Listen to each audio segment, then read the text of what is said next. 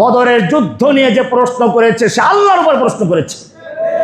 আপনারা দেখেছেন একজন বড় আলেম 50-55 বছর ধরে খালি বুখারী শরীফ পড়ায়, সে বলে ফেললো বদর যুদ্ধে ইসলামের কি লাভ হয়েছে, কয়জন ইসলাম কবুল করেছে। আপনারা দেখেন না ইউটিউবে ছড়িয়ে পড়ছেন, এটা ভাইরাল হল কয়েকদিন আগে। বদরের যুদ্ধ সম্পর্কে আল্লাহ নিজে বলেছেন ইয়াউমাল ফুরকান, সত্য মিথ্যার পৃথক হয়ে গেছে সেদিন। কে বলেছেন? বদরের যুদ্ধ নিয়ে যে প্রশ্ন করেছে সে আল্লাহর উপর প্রশ্ন করেছে। বদরের যুদ্ধ সম্পর্কে আল্লাহ তাআলা বলেছেন, আল্লাহ রাসূল বলেছেন লাল্লাল্লাহু ইত্তালা আলা আহলি বদর, আল্লাহ বদরীদের দিকে উকি মেরেছেন। ফাকালা ইয়ামালু মা শিতুম, তোমরা যা ইচ্ছে তাই করো, কদ গফারতু লাকুম, আমি তোমাদের ক্ষমা করে দিলাম। আল্লাহ রাব্বুল আলামিন বদর যুদ্ধ সম্পর্কে বলেছেন ওমা রমাইতা ইজ রমাইতা ওয়ালাকিন্নাল্লাহ রমা, যখন আপনি নিক্ষেপ করেছেন আপনি নিক্ষেপ করেন নাই, বরং আল্লাহ নিক্ষেপ করেছে।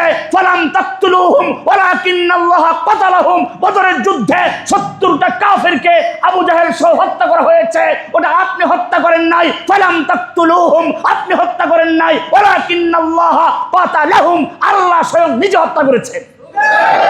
সুতরাং বদর যুদ্ধ নিয়ে যে প্রশ্ন করেছে সেই ব্যক্তি আর যাই হোক না কেন, বুখারী পড়ুক না কেন, আলেম হোক না কেন, মুফতি মুহাদ্দিস যাই হোক না কেন, শাইখ হোক না কেন, সে আল্লাহর উপর প্রশ্ন করেছে, আল্লাহর নবীর উপর প্রশ্ন করেছে, কোরআনের বিরুদ্ধে প্রশ্ন করেছে, ইসলামী ইতিহাসের বিরুদ্ধে প্রশ্ন করেছে, ঈমান নিয়ে তার শঙ্কা আছে।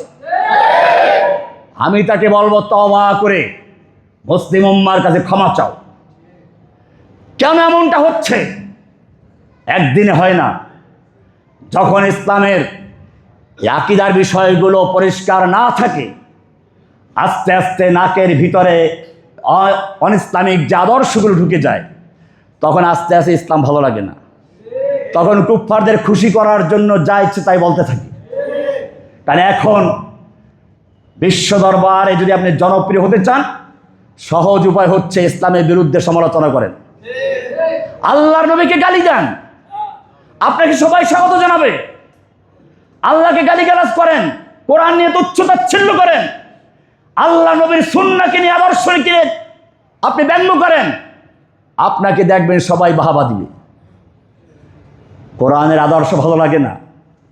কোরআনের সূরা আহজাবে আল্লাহ তাআলা বলেছেন লাকাদ কানা লাকুম ফি রাসূলিল্লাহি উসওয়াতুন হাসানা, তোমাদের জন্য রাসূলের মধ্যে রয়েছে উত্তম আদর্শ।